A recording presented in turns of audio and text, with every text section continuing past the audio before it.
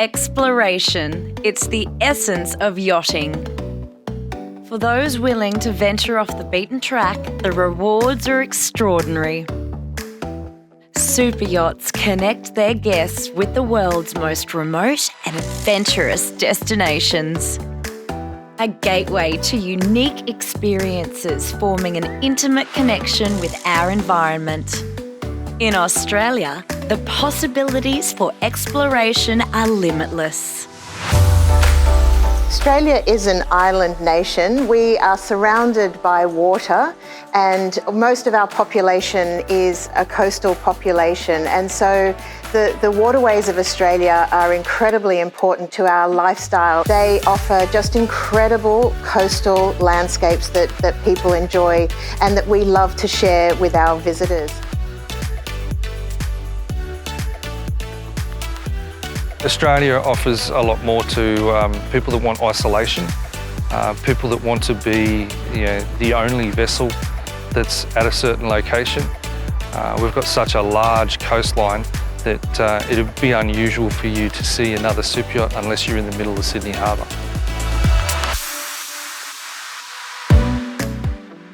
I think if we went around the whole circumference of Australia, there is a huge amount of opportunities. I think charterers should consider Australia because we are just seeing so much more demand for interesting new destinations for people to explore. You know, we're seeing a much greater desire for charterers to come to new areas. You know, exploration. You know, we want to bring that back into yachting, and I think more owners should travel further with their yachts, experience places like Australia. You know, that's just what the yachts were designed for. Exploring Australia is not only about awe-inspiring landscapes and prolific wildlife, but connecting with a proud ancient culture. We are a land that has the oldest living culture through our First Nations people, and they have been looking after this land for over 60,000 years. And we have a lot to learn from our First Nations people. And so when visitors come to Australia, we ask them to engage through tourism experiences or just through life experiences, engage with our First Nations people, learn about our culture and learn about the Australian land through their eyes. It's not just about sitting and learning, it's about interacting and really understanding the landscapes through their eyes. Look, I think the Indigenous experiences just add an element to the experiences in Australia that make it unique. I think the depth of those cultural experiences are really connected to Australia. Nothing encapsulates the rugged raw nature of Australia quite like the Kimberley region. Nestled in the northwest, this remote wilderness is a cruising experience like no other. So some of the emerging experiences in Australia include destinations like the Kimberley. The Kimberley is incredibly remote. Most of it is inaccessible by road, so cruising there is a great way to get there. You can sail up wide rivers, you can access waterfalls, private swimming holes that nobody's been to for weeks and weeks. It's got incredible epic landscapes, rocky mountains that you can fly over. It's just an incredibly remote part of the world. You can access it from Broome, which is an ancient pearling town.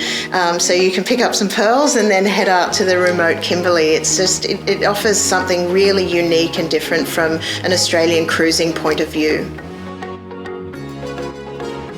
I like to think that people that come through Broome and into the Kimberley are remembering why they bought a boat in the first place. You know, you buy a boat for adventure, you buy a boat for that extreme nature, not just to sit around on the back deck. You buy a boat to see where we can take it and what we can see and have unique experiences. We make unique experiences absolutely incredible. The Kimberleys is wild country. It's such a unique destination.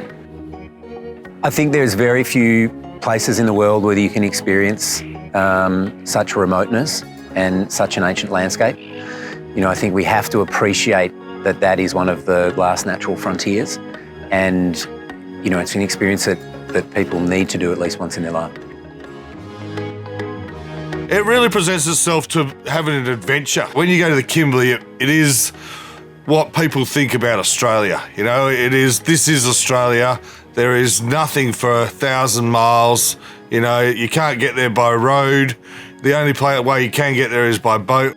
It is what you think of Australia. It has red dirt, it's got cliffs, it's got, you know, crocodiles, it's whales, the huge tidal movements, but where the water's generally calm and it's quite mountainous and has freshwater waterfalls and swimming holes, and it kind of has everything that you'd think Australia has to offer. Yeah, there's some fantastic cruising areas in Australia. By far my favourite is the Kimberley. I've never seen anything like it. Tall cliffs rising up out of the sea and they light up bright red in the sunset. Fishing, some of the best fishing I've ever seen in my life. Waterfalls, sharks swimming around the swim platform at night time, big crocodiles. It's a fantastic, fantastic spot. I've got some great memories from the Kimberley. It's made for cruising, you know, it's made to have these bigger yachts, there's big spaces. You know, we've had lots of super yachts come up so far and engage us, which has been excellent.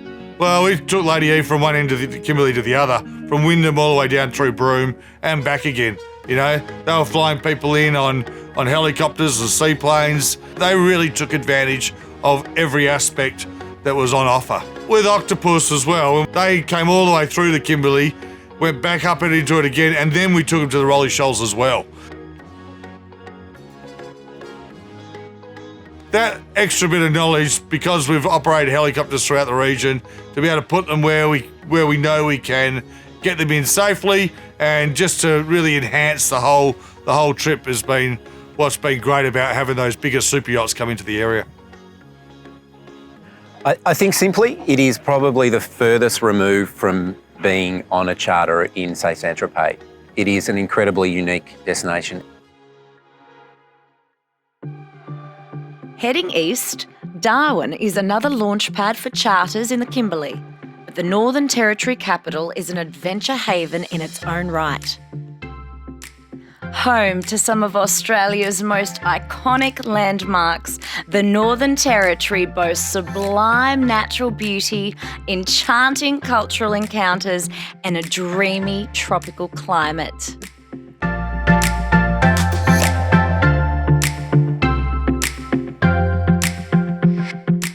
You definitely get more adventurous as you head up north. Pop up into Darwin, you've got the facilities again that you can to stop in, refuel, repair, rest, fly in people in and out international airports, and from there you can see the Northern Territory, the Kakadu. You can go those trips inland that people who are here for longer term can spend months up there.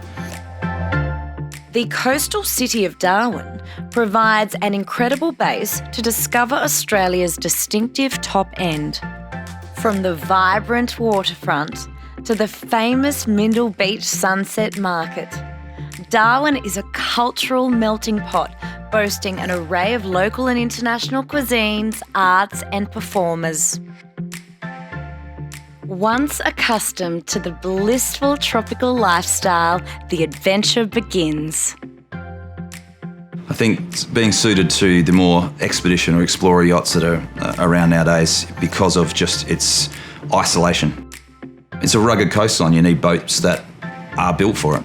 If you've got these vessels that have the ability to launch and recover helicopters, or you've got sort of other boats attached to it, small adventurous goes into smaller harbours and bays and creeks, which is just magic up there, then that's where those vessels come into their own and they can really exploit that. Crossing the Beagle Gulf, yachts will be met with breathtaking landscapes and majestic sunsets on the Tiwi Islands. Nicknamed the Island of Smiles, the delightful Aboriginal culture here is best experienced through guided tours led by local residents. Immerse yourself in the fascinating stories and customs of the traditional landowners.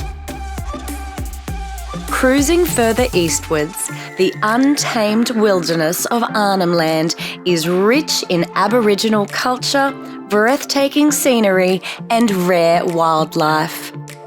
The top-end experience is certainly one that must be extended beyond the yacht charter. By air, swap islands for interior to visit the region's array of diverse national parks. Marvel at the misty waterfalls of Litchfield, hear tales of ancient wisdom at Kakadu, and take in the powerful sight of Uluru deep in the red centre. You've just got to have that, someone who's got that spirit to just go a little bit further than the traditional charter, and you can see a whole new area that is, just opens up. It's just beautiful. God's country, they used to call it up north. It really was. South of the mainland, superyachts are developing an appetite for the serene beauty and laid-back luxury of Tasmania. Tasmania is a destination that's really come into its own over the last couple of decades. It's a destination that is all about beautiful food and wine, and the stories of the people who produce it and bring that forward. Tasmania is a wilderness area. There's really no other way to get to most of the really exciting places there than by vessel. It's a great spot to go cruising. Tasmania in the south, it's got to be my favourite, and you can spend a lot of time there. There's 18 national parks there, which gives you an idea that there's a lot of untouched areas there. But there's great food, great produce, wine, beverages, little distilleries everywhere that you can go and visit, beautiful restaurants.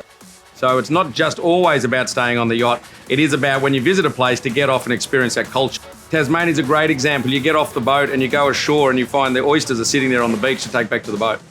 It's crazy.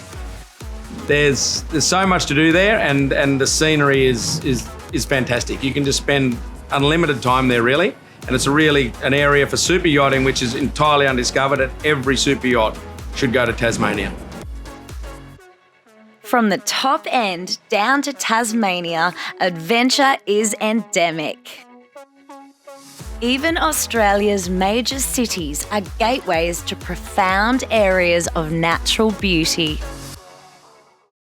Next time in episode 4,